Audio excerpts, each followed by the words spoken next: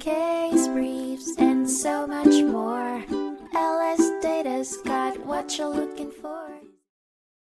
In 2004, the Missouri Court of Appeals heard a case involving Charles Eversole, who sued Woods Acquisition Inc. for negligence and breach of implied warranty after his car caught fire due to faulty maintenance work.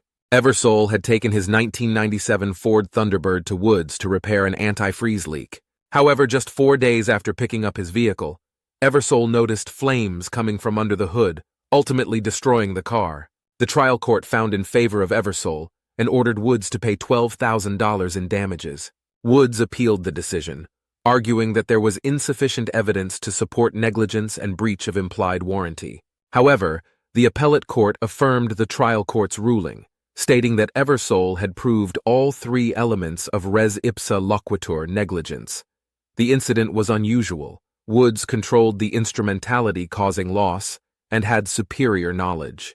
The trial court's judgment was upheld, requiring Woods to pay $12,000 in damages to Eversole. Case briefs, and so much more.